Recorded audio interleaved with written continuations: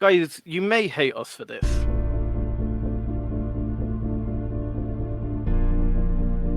Joby Aviation. There's never any news, but you're going to want to watch this. This is the Hustle Brothers bear case when it comes to Joby Aviation. Now, there's going to be a quick disclaimer here. Both myself and Reese are the biggest Joby bulls there are. Literally, you can tell us bear facts and we will always counter it. However, we're going to let you in on a few of our bear thoughts when it comes to Joby, because we want to be 100% honest with you. So, Reese, we're talking bear case. Yes, you've heard it, guys. Bear case when it comes to Joby. So I think first and foremost, we need to address one of the biggest bears we have on the channel, and that is Bag of Holding. So he's always telling us Joby will not be able to lift 200 pounds over 5 miles. So obviously this is a huge bear case. What's your thoughts on that? Do you think that they'll be able to do it? Well, do you know what? I think they should put it to the test on some occasion. If they invited the two of us to Joby's headquarters and two 100-pound men. Yeah, two 100-pound men. Now, I might have to like bulk myself up for it, but I reckon I could get over the 100 pound. I'd be interested to see, could they lift us 5 miles? What are you thinking? I think obviously everyone's come here for the actual bear case, but that's been one that's been asked probably on about 4 out of the 9 eVTOL weeklies that we've had. So I thought we'd better put that one to bed right now. Yeah. But no, genuinely into the bear case, I think we probably covered this in a video before, but obviously the adoption of these aircrafts and these air taxis is going to be vital. Like, we're going to have to get to a stage where the consumers feel confident in this technology and believe that it can be done. I don't know how you feel about that, but I think that could be the major one, really. So, see, my biggest doubt about public adoption, and I want to explain this to the guys. I do believe eventually they will be publicly adopted. However, at the moment, we're going through a bit of a mad time in the world where there's quite a few aviation disasters that are happening. You're getting helicopters being crashed into, you're getting planes smashing into the runway, and then you get the likes of Boeing having their problems. And you've seen how controversial that has been with Boeing. Yeah. Now, I'm going to jump into my thoughts on that further on in the video.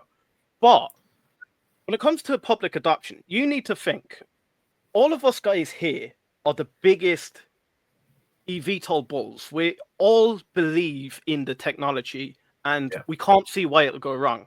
But take your investing head off for a second. Could you imagine your grandfather or the 60-year-old woman down the street who's doing her shopping getting into one of these eVTOLs and flying away when she won't even get into the likes of a commercial airliner? Like, how many of you guys, please tell me, how many of you guys have actually flown in a helicopter? Because I'll be dead honest with you, I have never flown in a helicopter. Have you? I have actually, yeah. I've flown in it once. But it's an impressive thing. Yeah, it was incredible. I really liked it. But obviously now that you see these accidents and stuff, it will just create fear in the market, or just fear in consumer confidence in all probably aviation. I wouldn't even limit it just to eVTOLs. But back to your point about the 60-year-old woman, it even gets to a stage where I know a few times I've had to book my granny an Uber, and an Uber is such an easy app to use, very easy, very simple, and I've downloaded it to her phone, I would say no less than 6 or 7 times. And I've explained it to her how to use it. And every single time she ends up picking up the phone and just ringing the local cab. She picks up the phone and she just rings the local cab office. And I think that's just basically like an older generation thing. And it's going to be very difficult because people get very stuck in their way and they get very used to using what they know. People stick to what they know. It's the youth of today that will be moving and going further abroad and trying out these new things. And that's why I think it'll be imperative that Joby, and I think we'll probably cover this later in the video, Their PR needs to be on point with this because they need these big influencers. We're talking about the superstars like the footballers. We're talking about the American footballers. I imagine there's singers, actors that they need to be getting on board, and they need to be showcasing that they've been on this and that they've given it their stamp of approval, saying that I validate this technology. It's safe to use. I brought my family. We had a great time. It was quick. It saved half an hour of my time. Because that's the other thing, is that people want to save time and they want convenience. And then the fact that you're going to get a great view as well. Yeah. Like once it does get adopted on the mass, everyone will want to do it.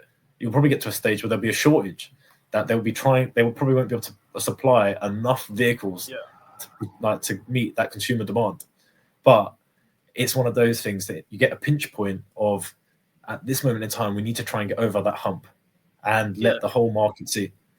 And I think the later on in 2026, when it does go over to Dubai and they start over there, I think that's the first step on this long journey that we have as eVTOL investors. Yeah. Like, the one thing that does scare me is, look, we're looking at the prices of like yellow taxis in New York or black cabs in London, yeah? But between me and you, we're talking about, okay, the younger generation will go after these eVTOLs because they're more accepting to new technology, yeah?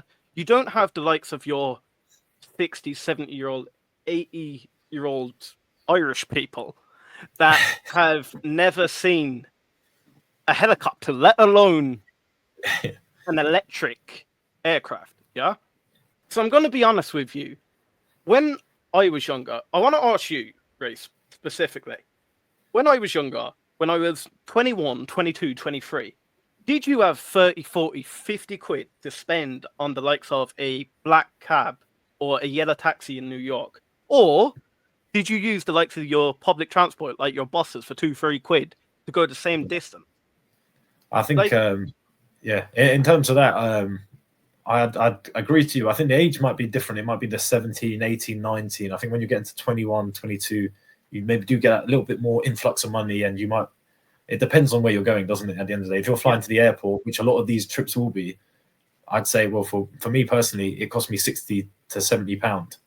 Or you might go an alternative route, but £60 would probably be the minimum, I'd say. So it is that sort of similar price range. But obviously, if you were just going, I don't know, into town, you might just jump on the train or get a bus because it would have saved you a few extra pound.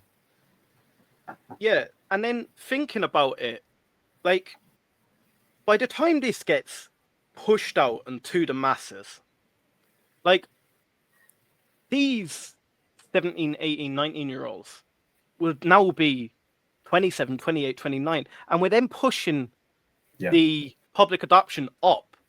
So by the time we actually do get out to the masses, is this older generation and younger generation no longer a problem because we've actually filled that gap with people who are now accepting this not so new technology? So we got to think, as eVTOL investors, we've heard about this technology for the last few years, but the majority of the general public have never heard of the likes of a flying car, an electric air taxi. So I think the PR is the big thing Joby needs to hit. And guys, you may hate us for this, but Joe Ben is not the man for doing the public speaking of the company. He is unbelievable when it comes to running the business, being able to get certification over the line, I believe. An engineering genius. But the earnings call was a joke. And I think we did go a little bit too harsh. However, like, there's valid points that can be made. It sounds like your local takeaway shop speaking when you hear him talk. I feel like it was more born out of frustration that we see this company and we see how all of the good points they have, and we just want them to be able to showcase it. because the reason why we know why this company is so good is because we're researching it every day. But we have to look at the layperson who's not doing the research, and all they're doing is they're scrolling Twitter, or they've read a quick tweet, they've looked at a YouTube video, and one of the companies obviously is absolutely spamming it, and they're getting 90% of the feed. And then you have 10% here with Joby. And we've even seen it with the Part 141 certification. Joby done that in December. And ACHR have just released it. And there was a massive outcry on Twitter of how big, or on X, of how big of an achievement this was. And everyone was like rallying around it and saying, oh, yeah, this is definitely the eVTOL company to go forward with. And our frustration is, Joby, we need you to start beating the drum and telling us, this is what we're doing. We're the big player. We are the biggest eVTOL company. And I'm hoping they're going to do that in the next few months. And maybe it is that they're just putting all resources now in that certification. And then once they get that, then they'll move on to the next target, which I would actually be fine with. But we're going to have to let it play out and see where that's going to go. And guys, like, please let me know, are you happy with the PR that's going out from Joby? Is it enough? Are you more bullish about the product? And look, PR doesn't really matter. Like, the only thing we think about ACHR is they could oversell themselves and underdeliver. You can't say the same about Joby. They're not gonna oversell, I can give you that, but they're not gonna underdeliver.